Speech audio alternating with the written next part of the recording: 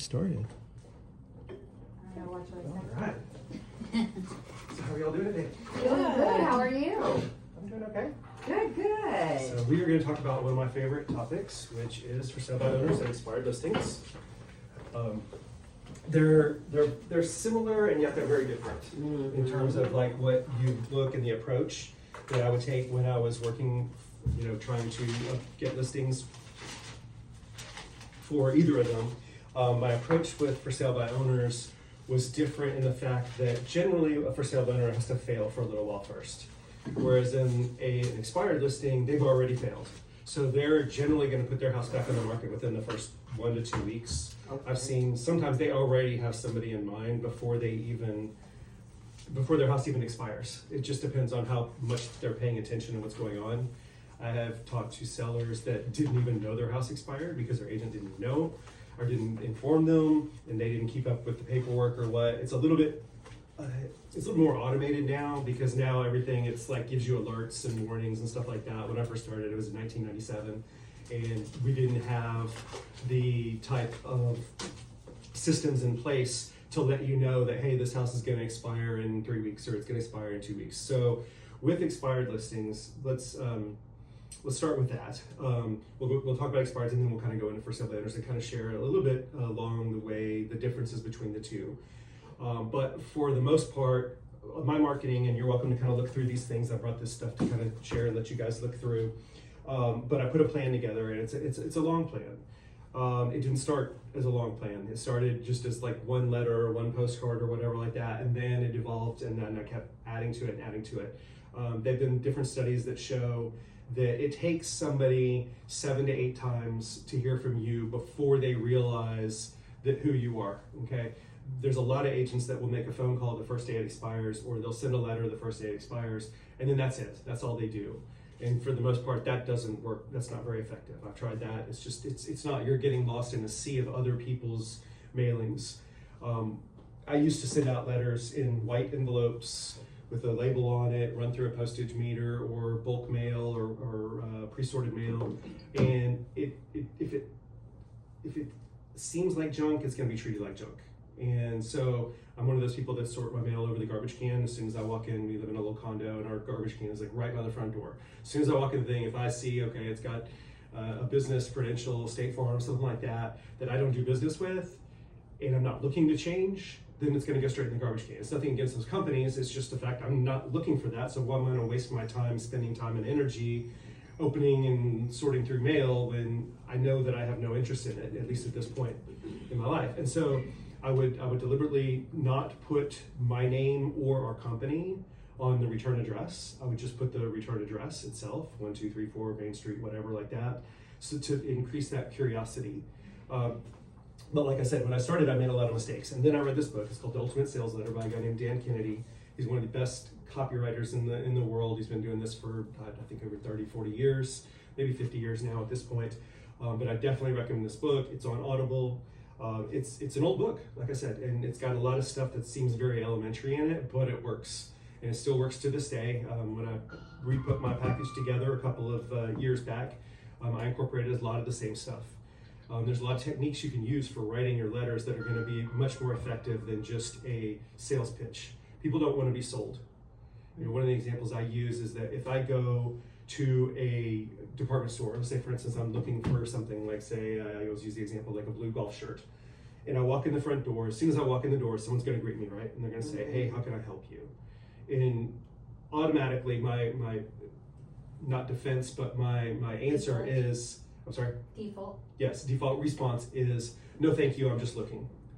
Even though I know what I want, because I don't go shopping just to go shopping. Right. But it's just something that I do. It's just human nature. It's just like, okay, I don't want to be sold, and most people don't want to be sold.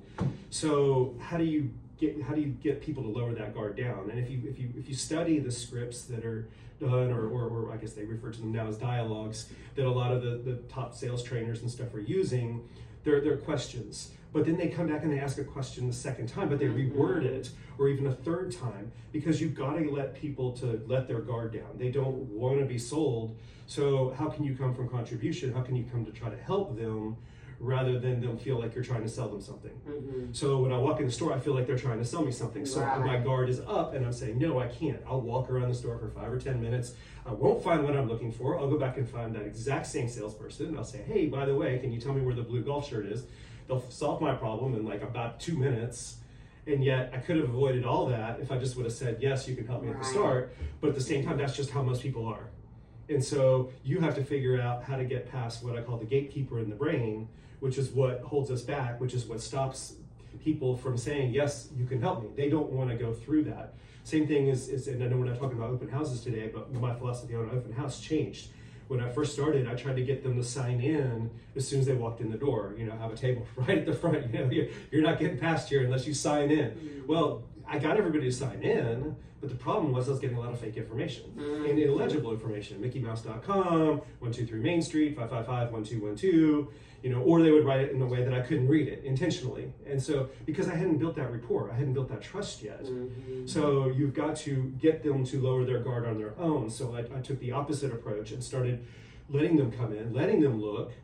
And then as we walk around the house and ask questions and build that rapport, I found that they were a lot more likely to leave accurate information. Now, in reality, some of them wouldn't leave any information at all. They just walk out and I'm not signing it. You know, I mean, you do that, but how is that any better or any worse than if they're leaving you false information anyway?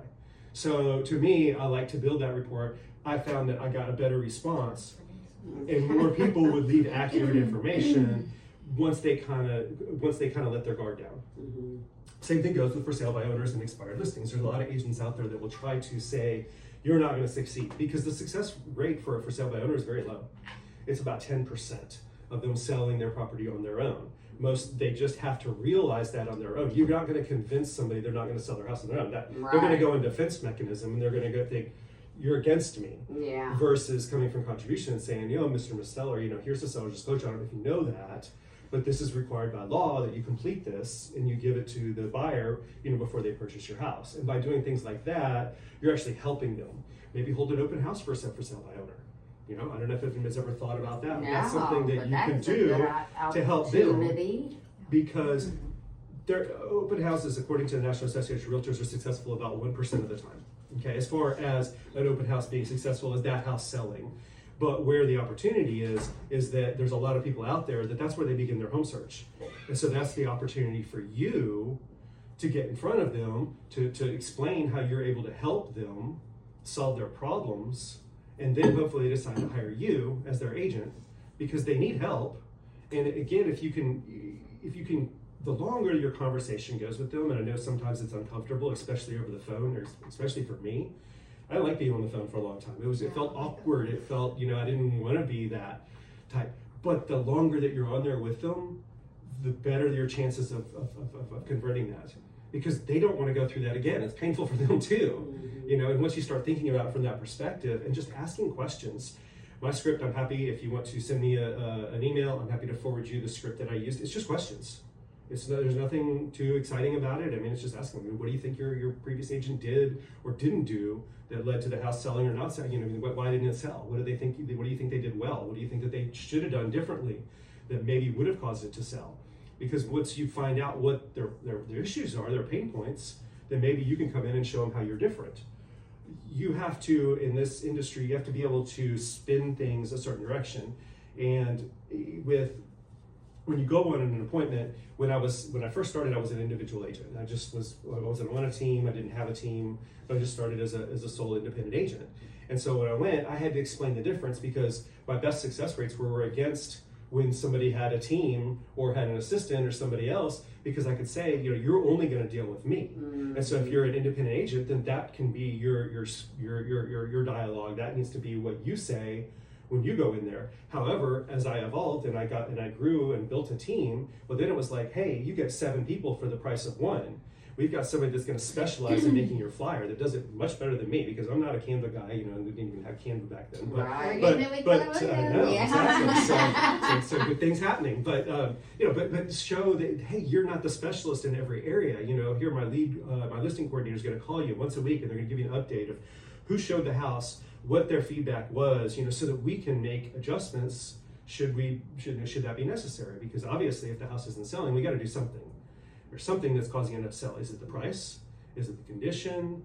Is it the time of the year? What is it that's causing the property not to sell? And so being able to distinguish yourself and set yourself apart, to me, is one of the best things. Has anybody here sold a property that was an expired listing already? Mm-mm. Okay, so that's going to be step one in your process, because that's going to give you a big advantage when you go against other properties. And so what I did is I specialized in selling, properties that didn't sell. I'm going to give you the best pitch that I've heard and that I used and was successful for me. But this is basically just a flyer that I had my marketing guy put together for me, and basically just shows these are all properties that we sold, okay, that were on the market with a different company, and it shows you how quickly we sold it. Okay, Wow. because that's what people want to see. They want to see your results. They Yeah. want to know how. They don't want to know how trustworthy and you're the number one agent in your area or any subdivision or anything like that. That's not important to them. They want to know what's in it for them. Mm-hmm. We all agree on that. Mm-hmm. Okay, and what's in it for them is how quickly are they going to get their house sold. Mm-hmm. They've already, in most cases, sat on the market for 3 or 6 or 9 months with another agent that, in some cases, didn't do much more than just put the sign in the yard and put it in the MLS. Right. So what are you going to do that's going to cause that house to sell? And in most cases, I found out a lot of times it's the price.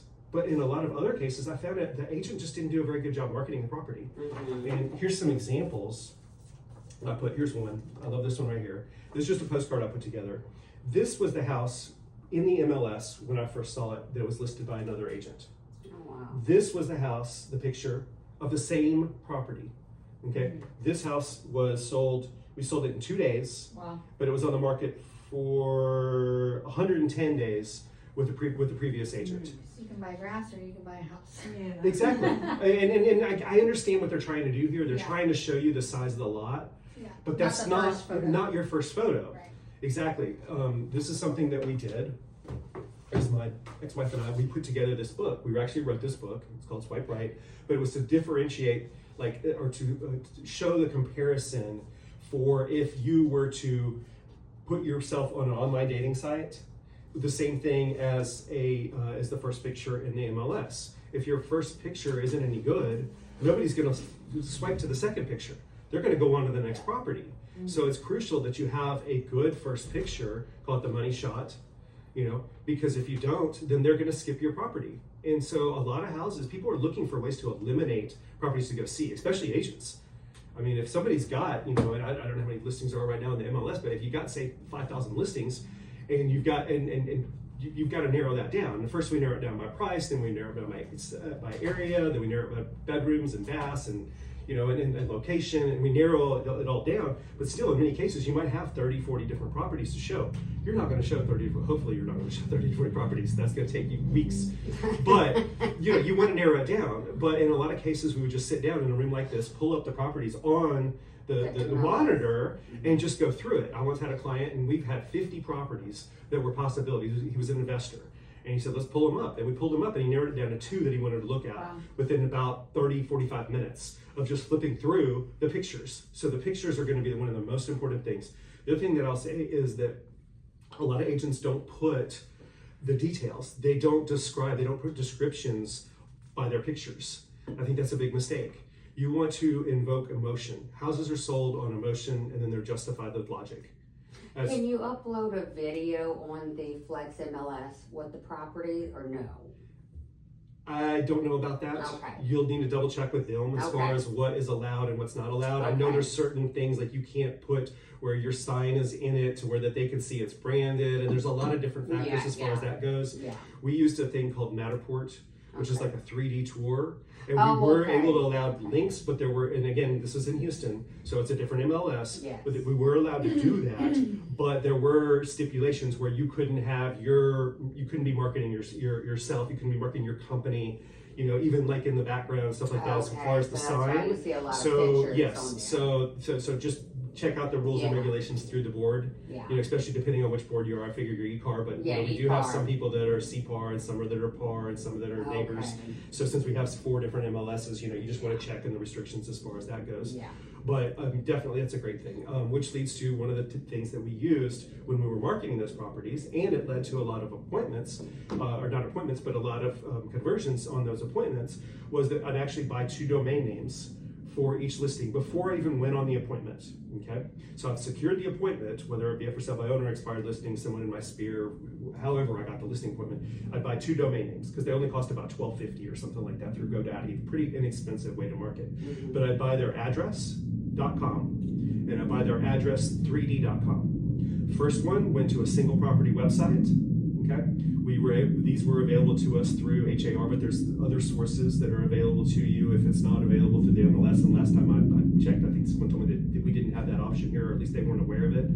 But it was just like a 1-page site that had the different pictures and it gave the basic overview of the property. But that domain name, I pointed it just to that site. And the owners really liked it because it was 123buttercuplane.com or buttercup.com. And so by doing that, when I showed up at the listing appointment and I told them I already own that, that's a takeaway, okay? And they knew that if they wanted to have their own domain name, which is 123buttercup.com, then they were gonna have to list with me because I already own that domain, okay? Okay. And so, that's a tool. It also shows that you've invested in them already before you even got it for $12.50 or whatever like that. To me, that was a bargain, Yeah. I mean, I've paid more than gas to get over to their property probably in most cases. So, investing in that is generally a good thing. And rarely did I lose that listing if I already had that because the other agent didn't have it and they couldn't have it. Now, there's tricks to that because a lot of times, well, not a lot of times, but occasionally you'll find that address is already taken because another agent did it, maybe even in a different city, especially if it's a common street name. Okay. But then you just have to go in and you have to put lane behind it or court or okay. CT, and there's ways to do that. So if you get stuck on that, then just reach out to me and I'm happy to help you through that. The other one I did was the address 3d.com. That's what led to my virtual tour. So we actually purchased a Matterport camera. And how do you market that once you get the domain? You just It's easy to point to it. I mean, I am very non-technical and I can do it, so you can do it easily.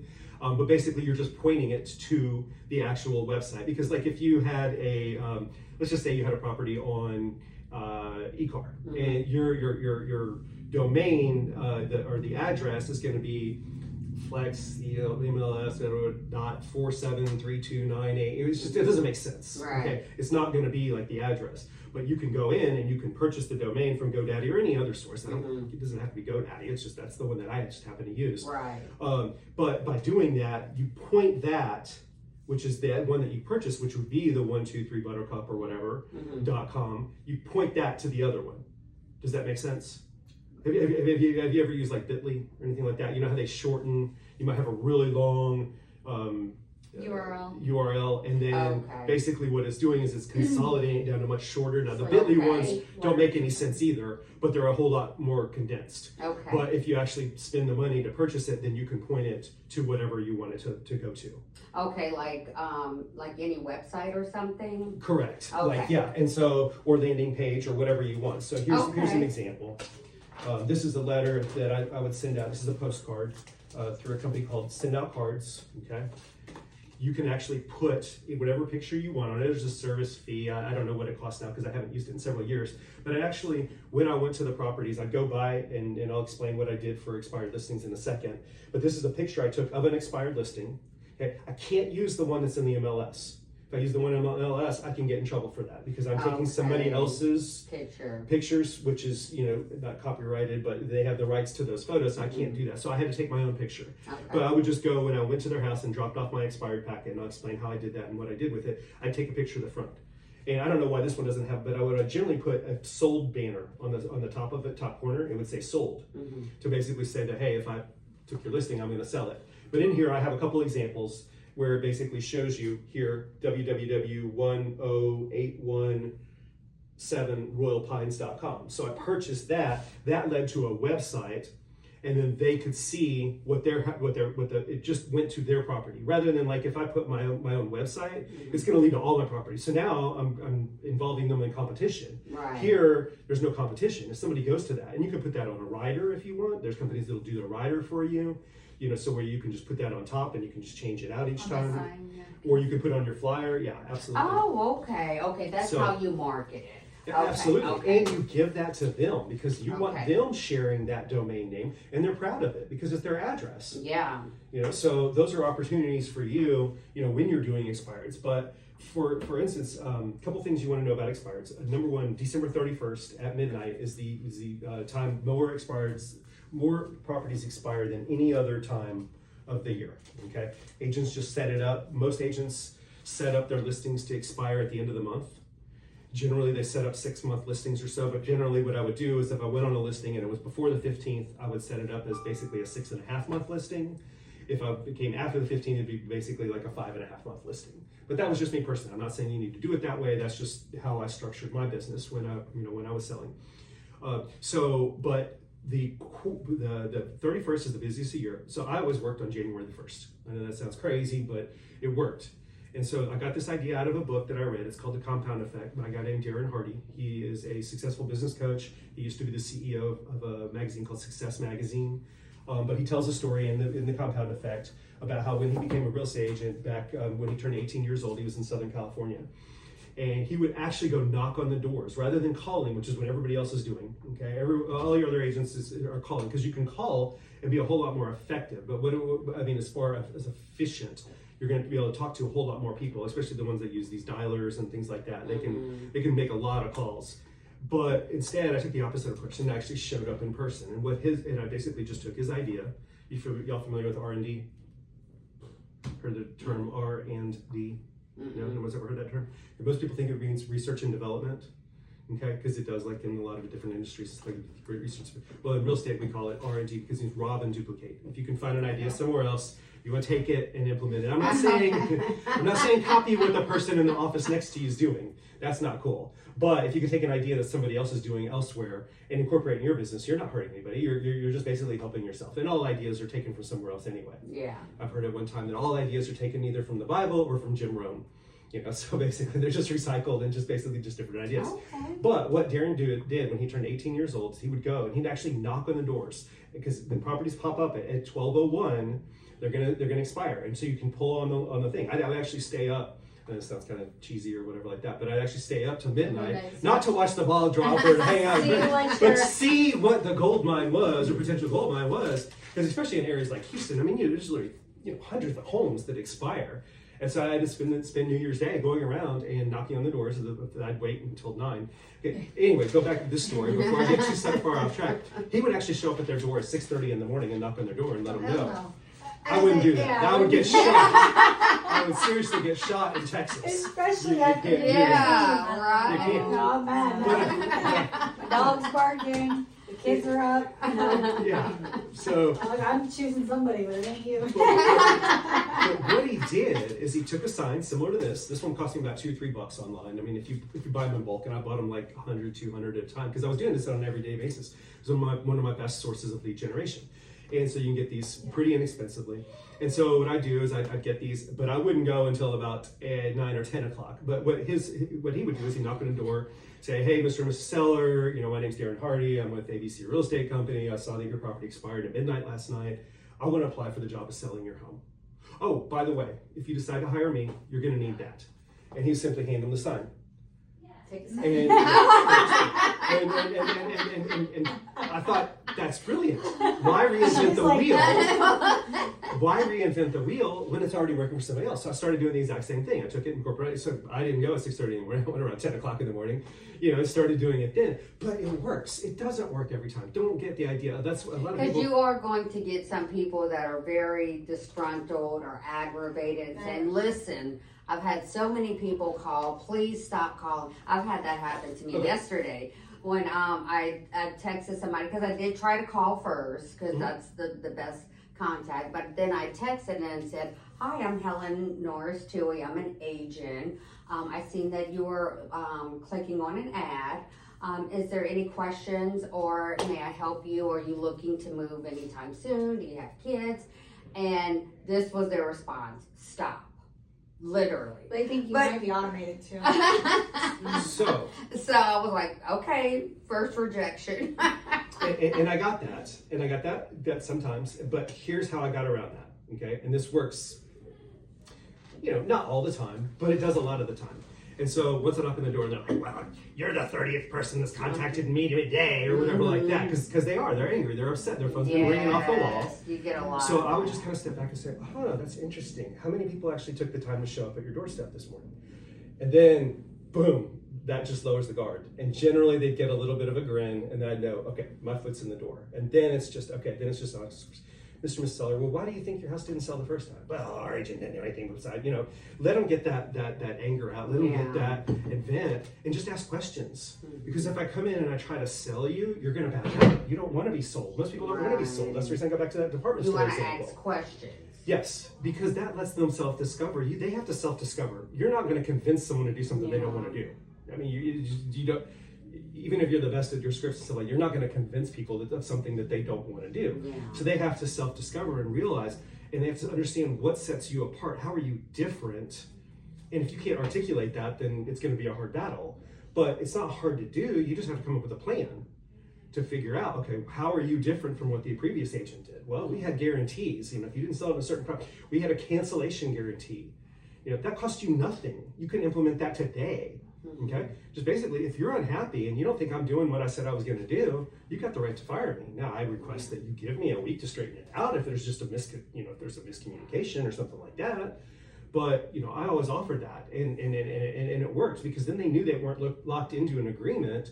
If like their previous agent locked them into and wouldn't let them out unless they paid a $500 or $1,000 penalty or something. I never had anybody pay anything. Never even paid back their listing No. photos? No, I didn't. I mean, I'm not saying that's the way to go. That's your business. That's what you have to do. Agent when, But well, exactly. $700, But if you get more listings, it pays for itself. Right. Yeah, I made that's it true. up by more people investing in me. I mean, think about it when you buy things. If it's got an unconditional 30-day money-back guarantee, are you more likely to purchase that product?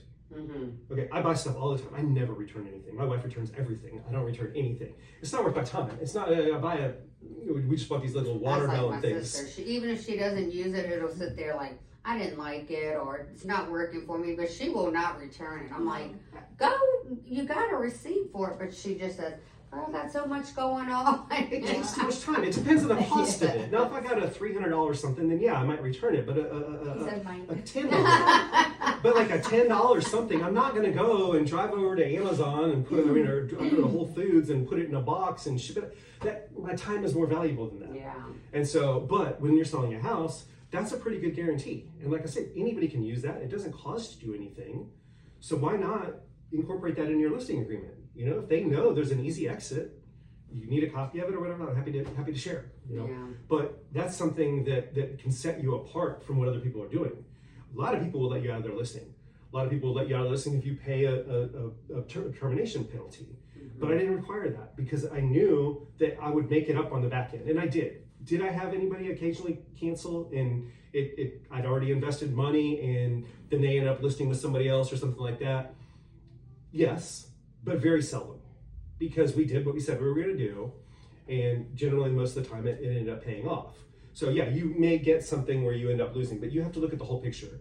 Don't look at the one incident. I'm one of those people that, if I go out and I see 10 people around town and 9 of them say, man, you look great today, how's it going, or whatever, and then one is like, hey, are you feeling okay? You don't look very good. What am I going to take home with me?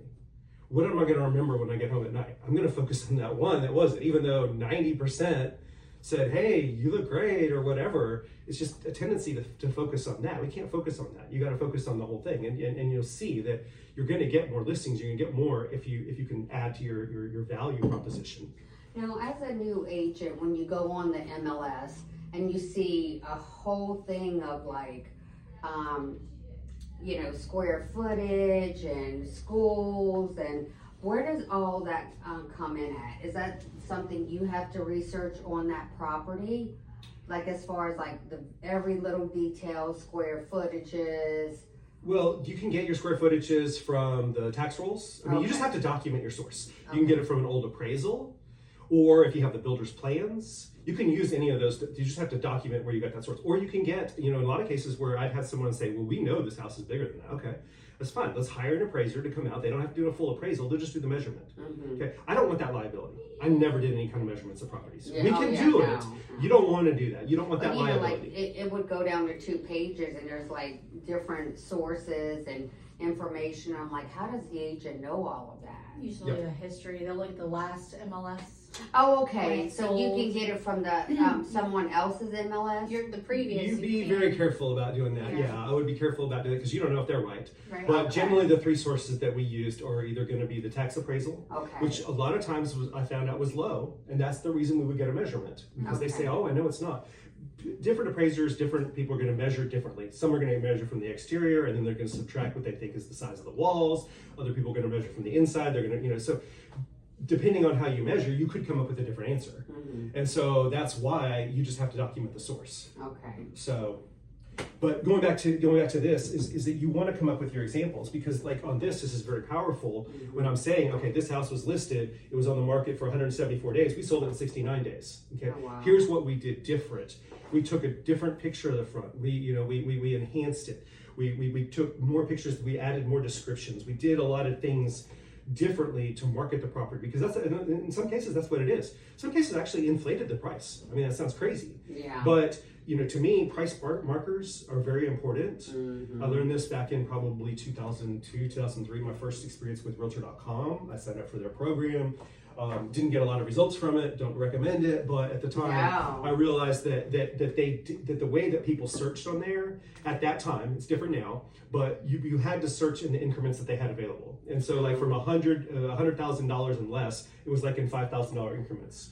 Once you got above that, it was like $10,000 increments. Once you got above maybe $300,000 or $400,000, it was like $20,000 or $25,000 increments. And then once you got like closer to $1 million, it was like in $100,000 increments. Oh, wow. So when you're pricing a property, I found it much more advantageous, especially for the digital views, to be priced on the even markers. A lot of agents will take the $9.99 example, the Walmart pricing strategy, where it's under $10 or whatever, it's under $3.99.9 or whatever like that. They'll price their properties there. I don't like that because then if someone's searching between $350 to $400, it's going to show up. But what if someone's searching from $400 to $450?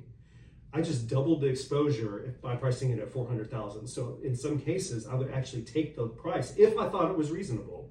Okay, if the price fell in line with the comps, you got to look at the comps. You got to see what's active, what's sold recently. And if the price per square foot was okay, and maybe it was just the pictures, maybe it was just the condition, we can fix those other things. Then I'd actually increase the price and actually ended up getting more money for it than what they'd even had it priced before, because we exposed it to a different thing. You have when you take a listing and it goes in the KW listing service, it goes I think out to 500 to 700 listing services. So you're going to be on homes.com, you're going to be on realtor.com. It's going to push it out to all that stuff for you. Okay. Now you're not going to necessarily get the leads back from those. Yeah. Okay. But But at least it'll it's getting show it up out on there, there. and you need to let your seller know what you're doing. One of the first mistakes I made my first year in the business is that I didn't realize that. I got started in July the 1st of 97. So when I got my license. And so I started taking listings then. And the problem was that the real estate market's got a bell-shaped curve. 60% of your listings are going to sell between April and August or April and September for this part, for 3 main reasons. People like to move when school's out of session.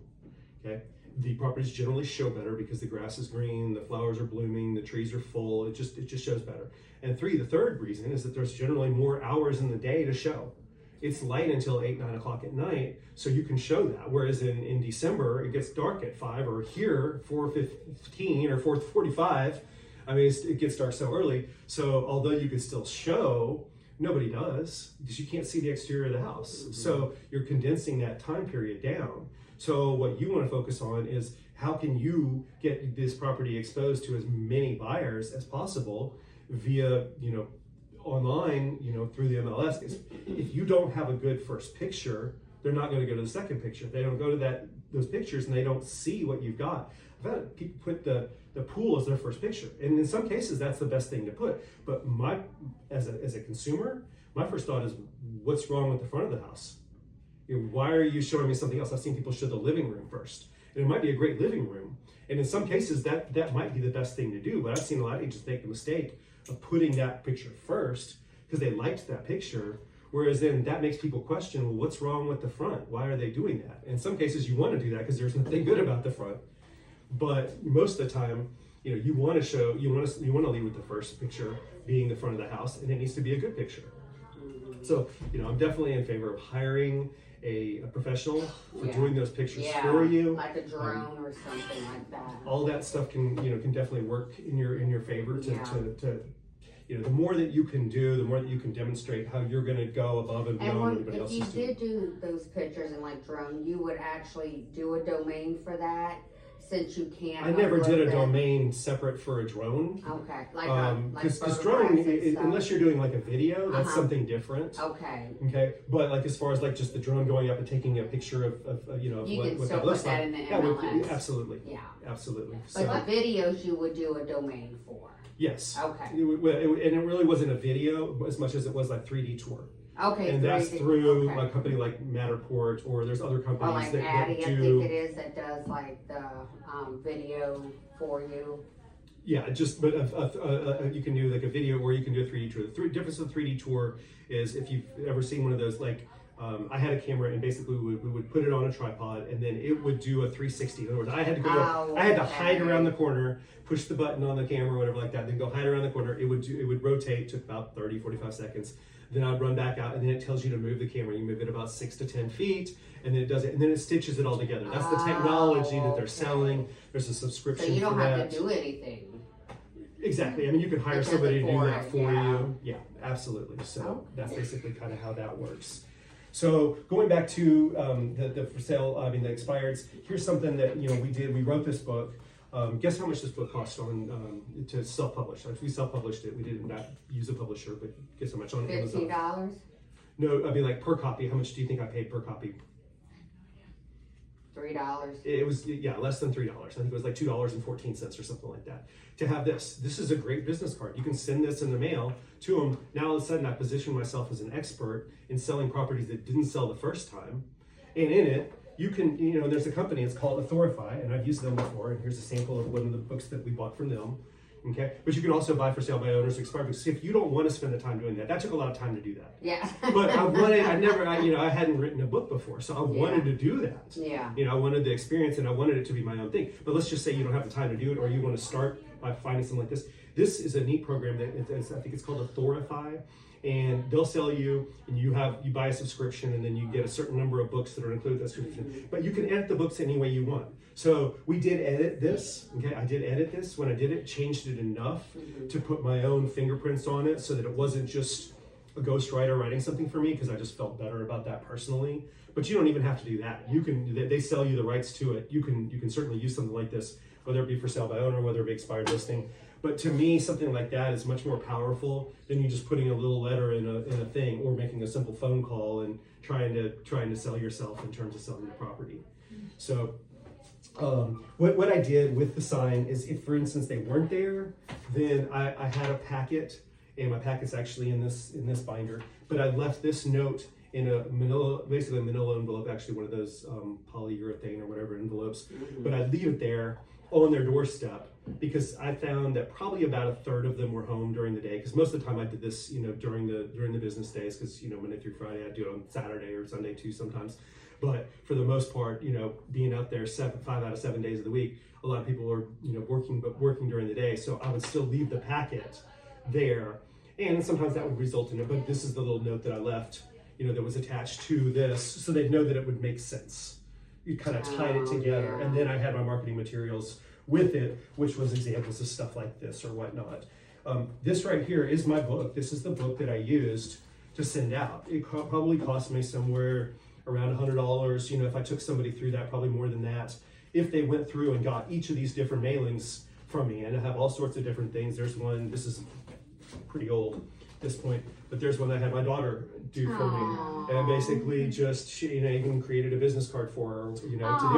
But it was written. That is sweet. And and if you don't have kids that age, you can use that right now. Why not? But if you don't have kids, use your grandkids. It doesn't matter. Use your dog. It doesn't matter.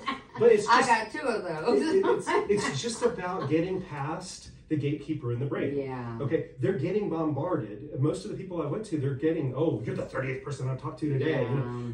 But that's 30 people that made phone calls. Yeah. So they discounted that. Now all of a sudden I Yeah. showed up differently Yeah. by showing up at their door. I'm mailing consistently. I believe it's a company called Herb's Hopper Herd. I can't think of the name of the company right now. Hobbs Herder. They did a study a while back, and they sent out a mailing to a subdivision, said who's the number one expert in the subdivision. They got all sorts of different response. Is they created a campaign of 8 mailings in 8 weeks, a postcard or something along that lines, and sent it out to the same subdivision. And then they did the survey again 8 weeks later, and they said who's the number one expert in this neighborhood. The agent that it wasn't even a real agent. It was a fictitious real estate agent, but that was who was named as the top expert in that neighborhood at the end of that survey. It's the consistency that you do that's going to lead to the results. It's not the one-time thing. I have too many people that tell me, oh yeah, I already tried that. It didn't, you know, I didn't get any results from it.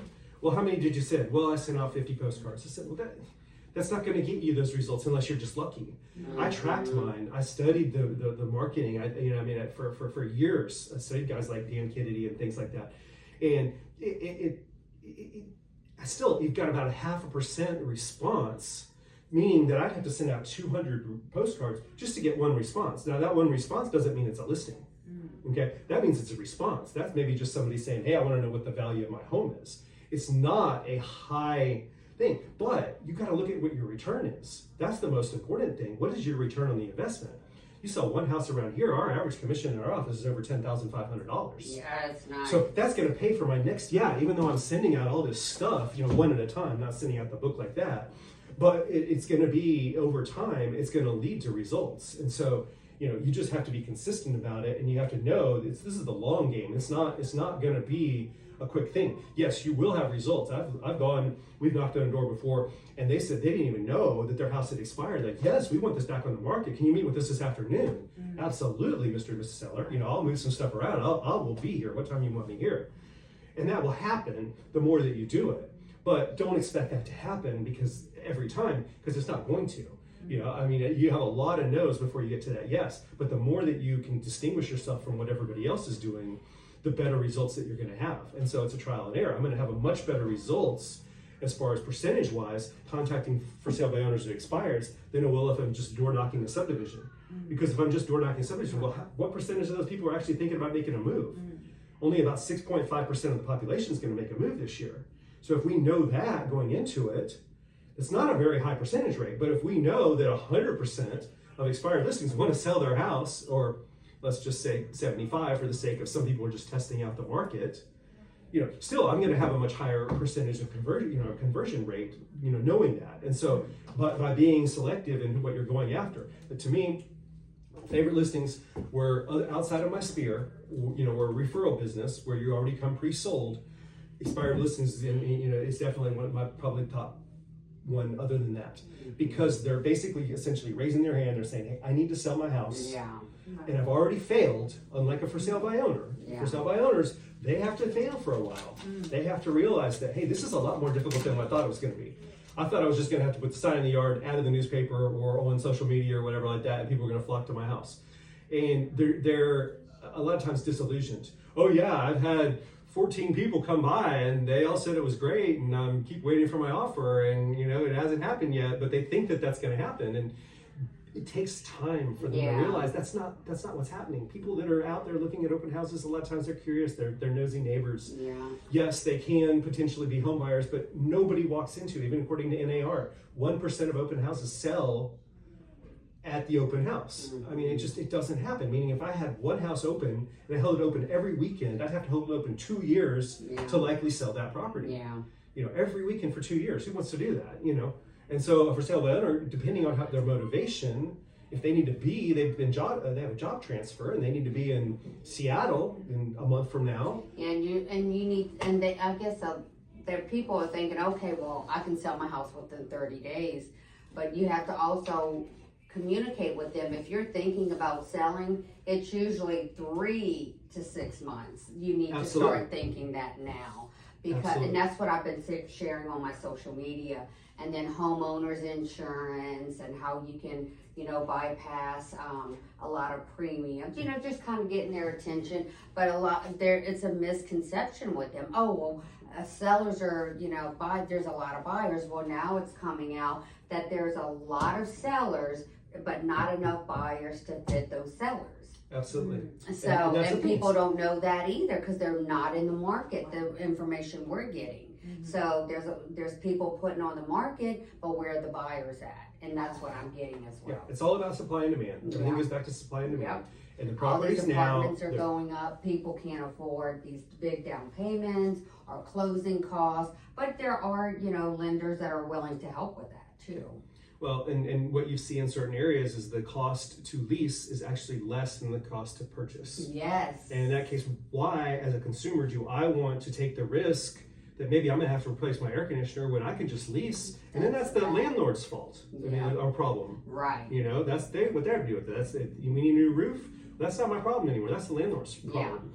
And so that's an obstacle that you're going to have to deal with as you're dealing with these things. Now, if somebody's going to stay in a house long term, if they're going to stay in the house 10 years, then the market's going to catch up. The appreciation is going to be They'll in most come cases. out with equity. But if they're going to move in the next 2 to 3 years, I see their point. And it's a hard, it's a hard battle to fight. When you see that the properties are less expensive. Same thing with builders. You see a lot of builders now. And they're building these subdivisions, and it kills the people that bought in that subdivision. They're trying to resell because the builders can undercut them. Exactly, because they're offering discount points, which is actually lower interest rates, and they're even offering incentives, like if you buy here, in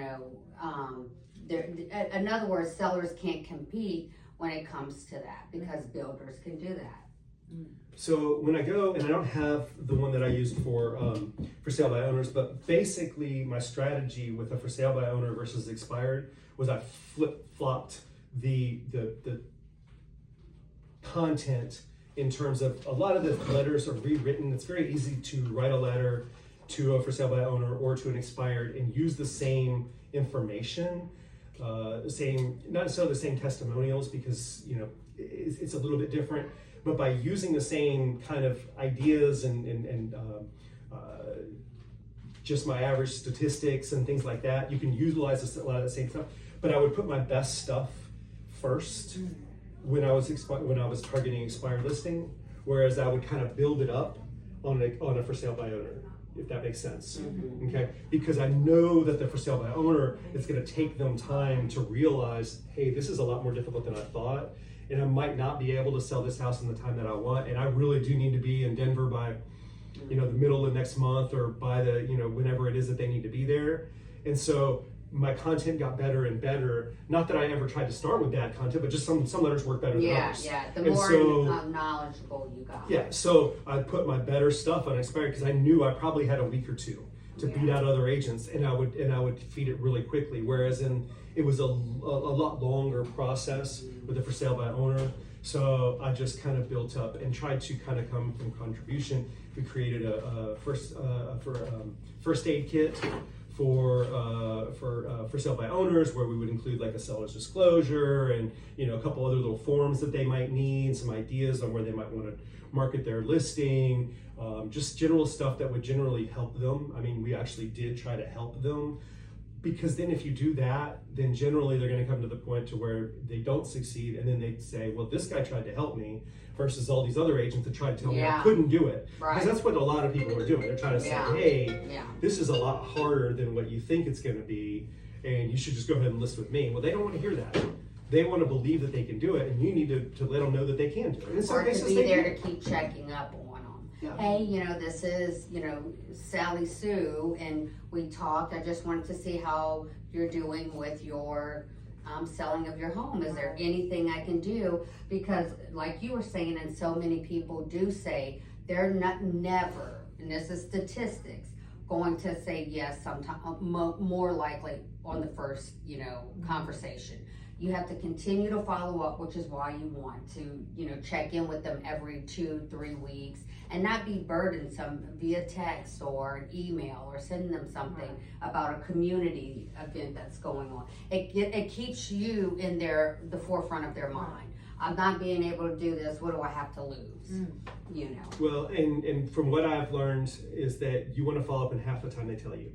They're going to tell you, give me a call in a month from now. No, don't wait a month from now, because Like they're 2 weeks. already, you're going to find it on the MLS and it's going to be listed by somebody else. Yeah. Follow up in half the time. Yeah. Okay. I do think that that's important, you know, Yeah. in Timing your is strategy. key, It's too. just staying in touch. And again, always coming to try to help. If you Yeah. come to try to help, then that's going to be accepted and it's going to be appreciated Yeah. versus trying to convince them It that they can build softens you. them a little bit more. Oh, absolutely. Yeah. You know, same thing. So, but that's basically kind of what we did as far as the philosophy and kind of going through and doing that. There's all sorts of different things that you can utilize. Here's one that we used. This is just a $100 business card. You can get this online. You just search $100 business cards, and it's actually got the message in here. Okay, that basically just says, you know, whatever my marketing message is. But I've actually gone and actually handed that to somebody before, and I've had some people that they grab it right away, and I've had other people that are like, no, because they think that they're obligating themselves to something. I'm like, no, you don't realize it's just a business card. You know? But things like that can make you stand apart because you don't want to be doing the same thing everyone else is doing. That's the main thing. Yeah. But it's not about the gimmick. Okay, so this is one of the things I got actually out of this book right here. This is a book called Marketing Outrageously by a guy named John Spoolstra. He used to be the GM for the Portland Trailblazers, which is a professional NBA basketball team. Growing up, I loved watching professional basketball. I also love marketing. So when I saw this book at Barnes & Noble back in like 2000, 2001, maybe 1999, I picked it up. He said you can't sell a book by its cover, or don't buy a book by its cover. It's exactly why I bought this book. I picked it up because there's a sumo wrestler in the Michael Jordan pose. And I just thought, okay, that's brilliant. That's great marketing in my opinion. So I picked it up, and the first thing that you see on the inside cover, he's got a rubber chicken. Okay, he goes on to tell the story of why he used the rubber chicken. Okay, he sent it out to expired season ticket holders, and they were having a very hard time retending them before he became the GM for them. They would write these nasty letters, and they were really negative. And hey, if you don't act by this date, we're going to release your seats. And it was all very, very, very negative. He said, okay, we're going to change that. He did a 180 on it. He said, we're going to make it a fun, we're going to make it a positive experience. He got the idea to take a rubber chicken, just like this right here, and he put it in a FedEx tube. And he attached a little letter to the bottom of it and said, don't foul out, because in basketball, you foul out after you get 6 fouls. And so, but he spelled it with a F-O-W-L instead of a F-O-U-L. And so to tie it to make this whole thing make sense. And they got the best response that they'd ever got in terms of renewals of season ticket holders. And so I thought, okay, R&D, rob and duplicate. How can I take this and incorporate it in my real estate business? Did these almost the exact same thing, except I was cheap. I didn't use the FedEx package. I used the priority mail envelope because I could do the same thing. I fold it in half, stuff it in the priority mail envelope, save me like $10 or whatever like that. But you want to look for ideas like that you can do. And so I took it, and instead of my message being "don't foul out," it was kind of like "don't chicken out of the housing market," because this is somebody that they already expired. So I'm trying to give them hope. I'm trying to say, hey. Got lots of calls on this. Became known as a chicken realtor in my town, not necessarily in a good way, because other agents didn't like it. But it was putting money in my bank account, and that's really what I cared about. Yeah. Right, that's the other thing is like being in such a tight-knit community and expireds, you're not gonna be the most liked agent if you're the one taking all the expireds. I know, I'm just saying. Those are people that need to help, and you need to kind of reverse that thinking in your mind and go, Yeah. you're here to help people. Yeah. You're not trying to steal somebody else's business. It's expired. It's up for anybody. Somebody's going to get it. Anybody. Why can not get you? it. Yeah. You know, I mean, and really, that's a mindset thing. So if you want to Yeah. talk more about that, I'm happy to visit with you about that. But yeah, there's going to be people that are upset with you. Why didn't you just call me first or whatever? Like, why should I call you first? You didn't sell the house. I mean, Yeah. you know, it's just like you didn't do your Oh, job, you and mean now the you agent think that that you own those had people. it would get Yeah. mad at you. Oh yeah, and Why sometimes would they do. get mad at you? Because they didn't 'Cause they sell didn't it. do They their didn't. job. Yeah. And 'Cause you they made them didn't. look bad because you came in and you sold it in 5 days when they had it on the So market for they're in their 120 feelings days. you were better than. A lot of them. But you were better because you did what you Yeah. were supposed to do. So to me, that's silly. I mean, it's just like I they agree. don't I own those agree, people. but it just are petty. Yeah. Oh, they are.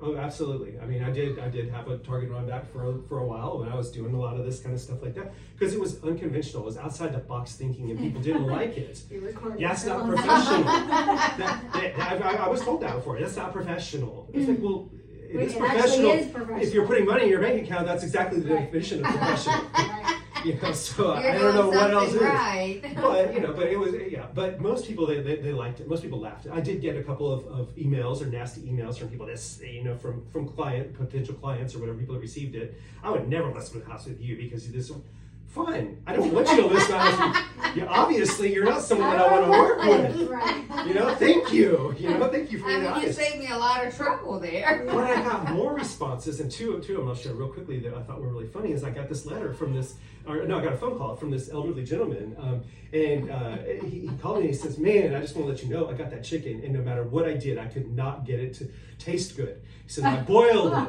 I fried it, I tried everything, and it didn't taste good. And so I took and had fun with that, and I created like a little, just half a sheet of paper that said, you know, warning, in today's society, we want to make sure, do not eat the chicken, do not, you know, do all these different things, you know, and really have fun with Fry it. the chicken and we'll burn your house down. There won't be a house. But by doing that just again made more people laugh, and that's the type of people I want to work with anyway. People that have high energy, that have fun, and that I, you know, seem to have things in common with.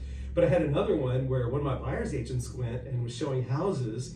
And I had sent them one of this. I had no idea I'd even sent it to them, but they had contacted our team, and he was ended up working with them, and he was driving them around, and the daughter was in the back seat with, I guess, her mom, and then the husband was in the front seat or with that. But she had the chicken and had the arm around it the whole time because it was like her friend. And I was just like, okay, that's so you know, it's just kind of a cool story where people can have fun with it. And I'm not saying the chicken is the thing to do. It doesn't matter. It's whatever you want to make yeah, it do. it's your market. There are thousands of different things that you can utilize. Yeah. You just have to get creative. Yeah. One of the best exercises I tell people is when you're going to do and you want to think of things that you can use, just go to Dollar Tree, but go there with an empty mind. Don't go there with an idea already, because if they don't have it, that's going to be a block.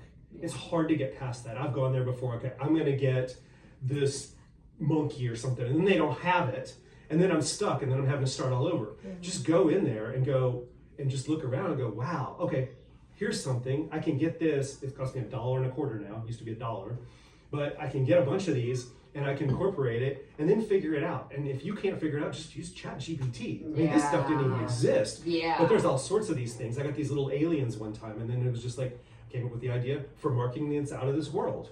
You know, and you know, and we had lights on our signs. You can get these solar powered LED lights, and you can. And I had the plastic, you know, the big plastic post signs, and so I could screw them in the signs, and so that at day they would absorb the you know, solar, and then at night they would light up.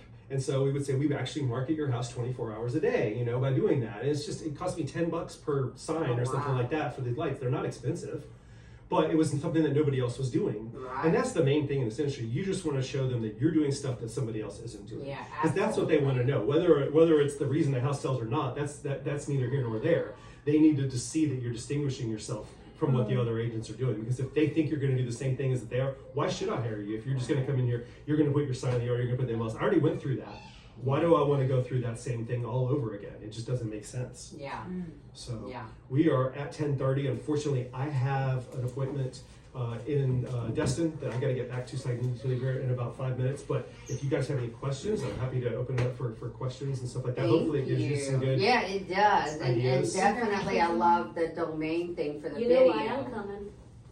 You know, Yeah. and then that way, since you can't do a lot of that on the MLS, you can have that on a domain and market the house that way. Absolutely. So I love that. That's been very helpful for me and will stick with me. So thank you for that. Absolutely. Okay. Well, thank you Well, guys. thank you Appreciate so your much. time. Thank you, and thank you for that. That's very helpful. It's fresh. It's a It fresh is, perspective. and it keeps you in the forefront of your mind. It says, okay, you know, I'm going to keep going. I'm going to keep treading. Well, and the best thing to me about this kind of stuff like that is it's fun. Yeah, And you know, I think it was Dr. Seuss that said, if you enjoy what you do, you'll never work a day in your life. that's a And fact. it probably wasn't him that originated it, but I think he recited it or whatever. So, you know, but it's just trying to figure out what are some creative ways that are going to give you energy. Because if it gives you energy and you're having fun with it, it's not going to seem like work. Yeah, And so, you know, that's true. those are I a think couple my things I'll biggest say. block with it is just that I've never I've never worked with a seller before, so I'm like, how am I ever gonna get this because I've never done this before? Right? Have you just done a lot of buyers? Only 4 buyers, but For yes. buyers.